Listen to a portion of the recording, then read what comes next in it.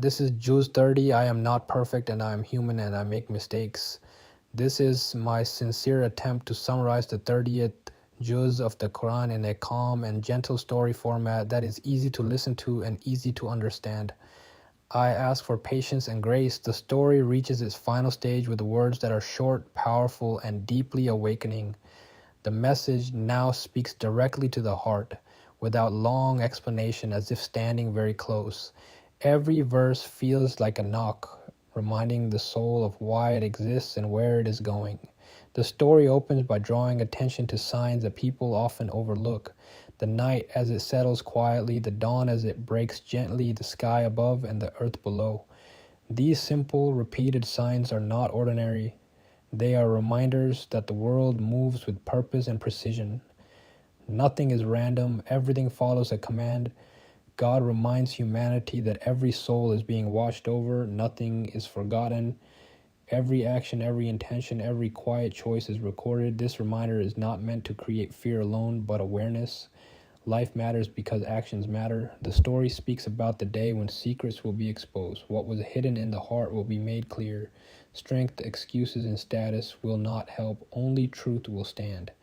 This moment is described not to frighten, but to strip away illusion while there is still time to live honestly.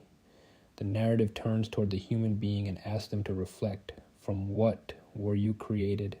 From something small and unseen, yet you were given hearing, sight, and a heart. You were given choice. This reflection humbles the soul and reminds it that dignity comes from responsibility, not pride. The story speaks about two paths. One path is easy to follow but leads to loss. It is the path of distraction, denial, and unchecked desire. The other path requires effort, patience, and restraint. It is the path of awareness, kindness, and faith. God makes it clear that the second path leads to peace and lasting success. The narrative speaks about charity and care. Feeding the hungry, helping the poor, caring for the orphan, and standing beside the weak are shown as signs of true faith. Faith is not only spoken, it is lived through mercy and responsibility toward others. The story addresses arrogance and cruelty. Those who ignore the needy, exploit the vulnerable, or feel secure in their wealth are warned. Comfort can become a test. Power can become a trap. What matters is how blessings are used, not that they exist. The narrative speaks about remembrance and prayer again. Prayer is shown as protection from distraction and wrongdoing. Remembrance keeps the heart awake and grounded. Without remembrance, the heart drifts, even if the body is busy. The story speaks about the certainty of the end. Death will come, resurrection will follow, judgment will be fair and complete, no one will be wronged, no good deed will be lost, no injustice will be ignored.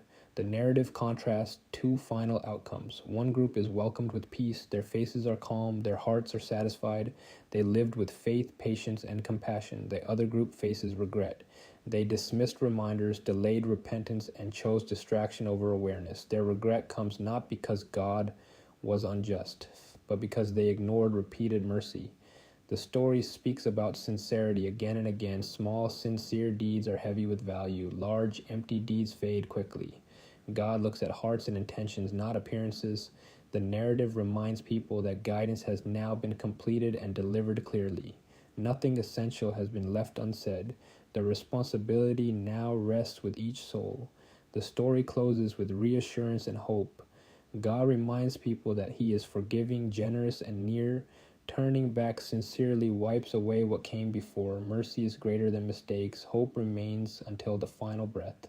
The final tone is calm, not harsh, serious, but not cold. The message ends as it began, calling the heart to awaken, to choose awareness over distraction, humility over pride, and sincerity over show. In this way, Juz 30 brings the journey of the Quran to a powerful and intimate close. It does not end with complexity, but with clarity. It reminds the listener that life is short, truth is clear, and mercy is vast.